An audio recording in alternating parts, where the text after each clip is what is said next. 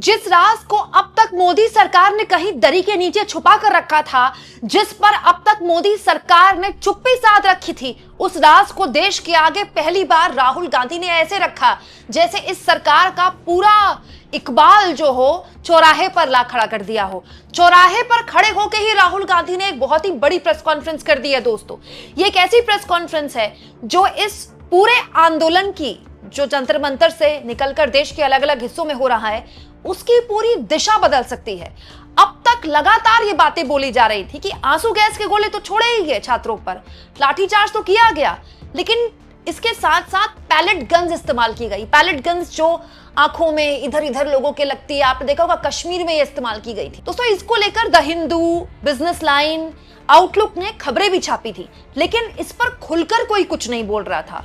लेकिन अब राहुल गांधी ने क्या किया जानते हैं? जिस व्यक्ति को ये पैलेट गन लगी उसको लेकर चौराहे पर खड़े हो गए और वही कर दी प्रेस कॉन्फ्रेंस और कहा कि ये वो हैं जिनको पैलेट गन मारी गई है और अब इनके लिए हमें धर्मेंद्र प्रधान के साथ साथ गृह मंत्री अमित शाह और प्रधानमंत्री नरेंद्र मोदी से जवाब मांगना है। इसको कहते हैं पैलेट गन।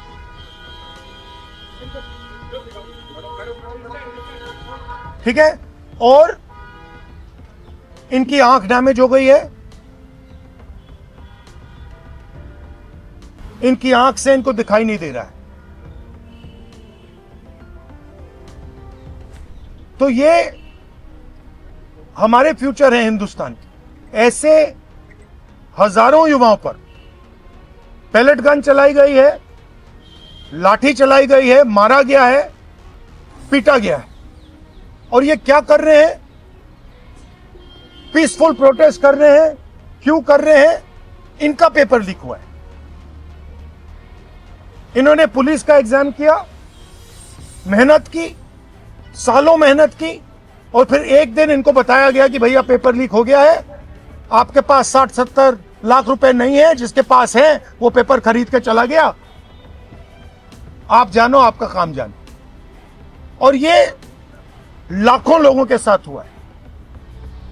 इनके माता पिता ने मेहनत के पैसे से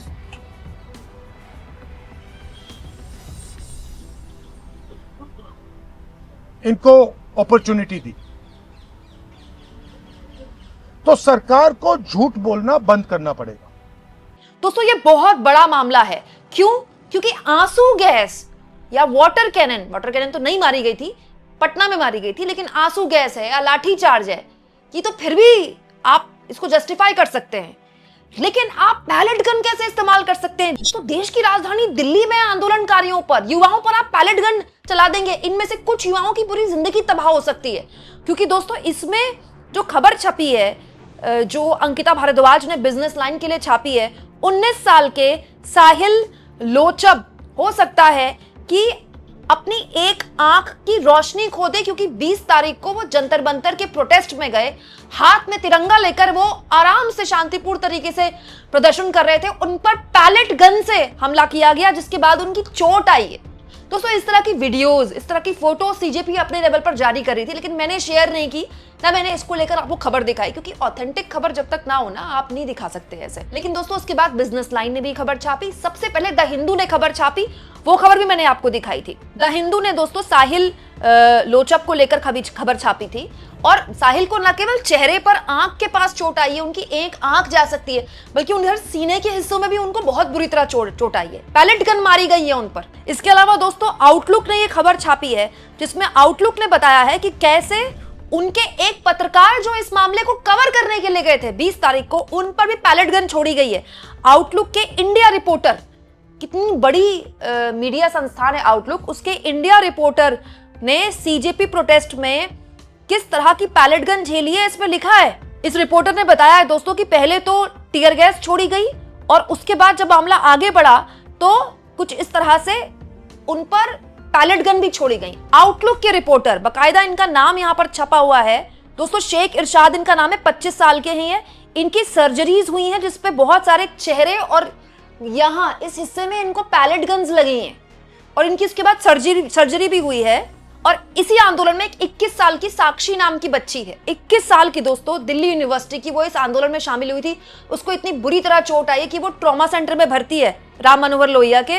वो कई दिन तक वेंटिलेटर में रही है, लेकिन अब उनको स्टेबल बताया जा रहा है। डॉक्टर्स कह रहे हैं कि ऐसी स्थिति रही तो हम वेंटिलेटर से हटा देंगे और वो सामान्य होने की स्थिति में आ जाएंगी, लेकिन अभी भी वो वेंटिलेटर में है। अब दोस्तों इस पूरे घटनाक्रम को देखिए, पूरी की पूरी मीडिया इस बात पर नाच रही कि मोदी जी फ्रेंड्स फ्रेंड्स करके वीडियो शेयर कर रहे हैं। आप बताइए कौन सा दोस्त है, कौन सा फ्रेंड है जो अपने दोस्त पर पैलेट गन छोड़ता है?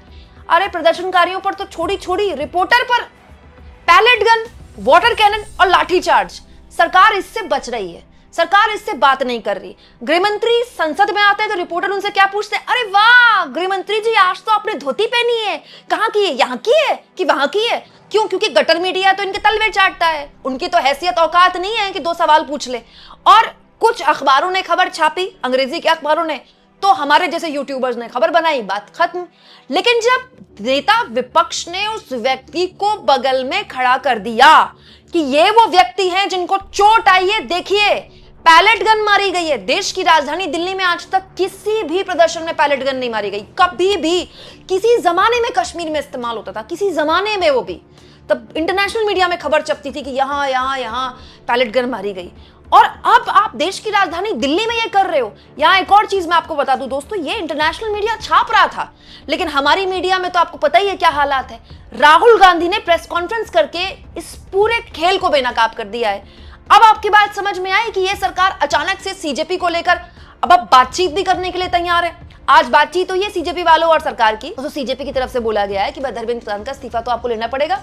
तो सरकार ने कहा इस पर कल बात करेंगे। अब सरकार टाल रही है, क्यों? क्योंकि अनशन तो टूट गया है, सारा दबाव तो अनशन से था, तो अब सरकार को लगता है होने दो, भीड़ होती है, तो सरकार ने कह दिया कल बात करेंगे। वहीं दूसरी ओर संसद में ये दिखाने के लिए कि हमारे सरकार कितनी एक्टिव है, देखिए मोदी जी ने सुबह बोला कि फास्ट ट्रैक कोर्ट में केस जाएगा, शाम को रात को 12 बजे मोदी जी ने फ्रेंड्स वाला वीडियो शेयर कर दिया, और देखिए अब हम मंडे को बिल लेकर आ रहे हैं। ऐसे एक्शन होता है। ये सब क्यों हो रहा है दोस्तों? क्योंकि नैरेटिव चेंज करना है।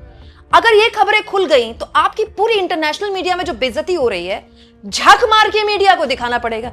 गटर मीडिया अब भी नहीं दिखाएगा, लेकिन देश के लोगों को तो पता चलेगा कि 20-20, 21-21 साल के लोगों पर किस तरह से, 19 साल के एक बच्चे पर आप पैलेट गन मार रहे हैं, उसका पूरा भविष्य बर्बाद हो जाएगा, उसकी आंख चली जाएगी। आप सरकार ने एक बार सोचा भी नहीं दोस्तों। अभी तक तो बात धर्मेंद्र प्रधान तक की थी कि भाई धर्मेंद्र प्रधान इस्तीफा दे, अब तो गृहमंत्री पर बात आएगी ना। ये गृहमंत्री के आदेश है भाई दोस्तों। दिल्ली में प्रोटेस्ट हो रहा है तो पूरे की पूरे लॉ एंड ऑर्डर की जिम्मेदारी गृहमंत्री पर है। किसने आदेश दिया? सवाल नंबर 1, पैलेट गन मारने का।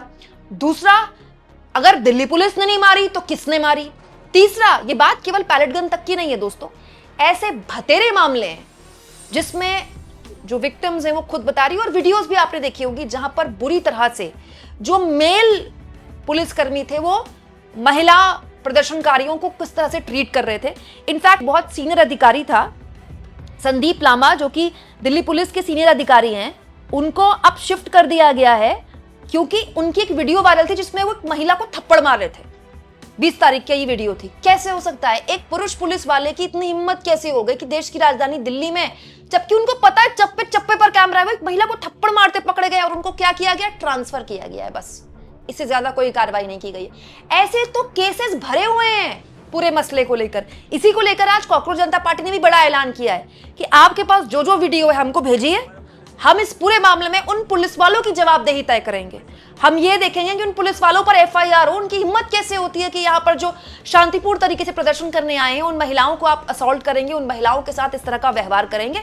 खास तौर पर महिला प्रदर्शनकारियों के साथ ये हुआ है दोस्तों। अब जोड़िए कड़ियों को कि अचानक से 48 घंटे में सरकार इस पूरे मामले में इतना एक्शन में क्यों आई। ऑफकोर्स अनशन एक बहुत बड़ी वजह थी कि सोनम वांगचुक को कुछ हो जाता तो सरकार उस रिस्क को किसी भी हाल में तैयार नहीं थी उठाने के लिए। और अचानक से ये बिल, फिर बिल पास होने की करने की जल्दबाजी। ऑफ कोर्स इस सरकार को एक बड़ी मलाल होगा क्योंकि बिल तो डिलिमिटेशन का लाना था, लेकिन ये तो अब पेपर लीक का बिल लाना पड़ेगा। लेकिन पॉइंट ये है कि अब तो धर्मेंद्र प्रधान से ज्यादा अमित शाह पर सवाल हो गए। अमित शाह इस पूरे मामले में देखिए ना, अभी तक उनसे कोई सवाल ही नहीं पूछ रहा, जबकि ये पूरा आंदोलन खड़ा ही दोबारा से तब हुआ जब 20 तारीख को संसद मार्च में लाठीचार्ज हो गया, आंसू गैस के गोले छोड़े गए। तो ही गुस्सा बढ़ा ना, जिसकी वजह से आज भी जंतर मंतर भरा हुआ है। तो पॉइंट ये कि सवाल तो अमित शाह से पूछा जाना चाहिए था, लेकिन कोई पूछ नहीं रहा था। लेकिन अब जब राहुल गांधी ने उस व्यक्ति को जीवित खड़ा कर दिया अपने बगल में, साक्षात लाइव, कि देखिए ये है वो जिन पर पैलेट गन मारी गई और ये इनकी हालत है, अब सरकार के पास क्या जवाब होगा? अब किस वीडियो से इसका कैसे भी करके डैमेज कंट्रोल किया जाएगा? और क्या ये प्रेस कॉन्फ्रेंस करके राहुल गांधी ने इस पूरे आंदोलन को एक बहुत बड़ा मुद्दा दे दिया, एक बिल्कुल नया और बड़ा आकार दे दिया इस आंदोलन को? कमेंट बॉक्स में जरूर लिखें दोस्तों, और जितना हो सके चैनल को शेयर भी करें।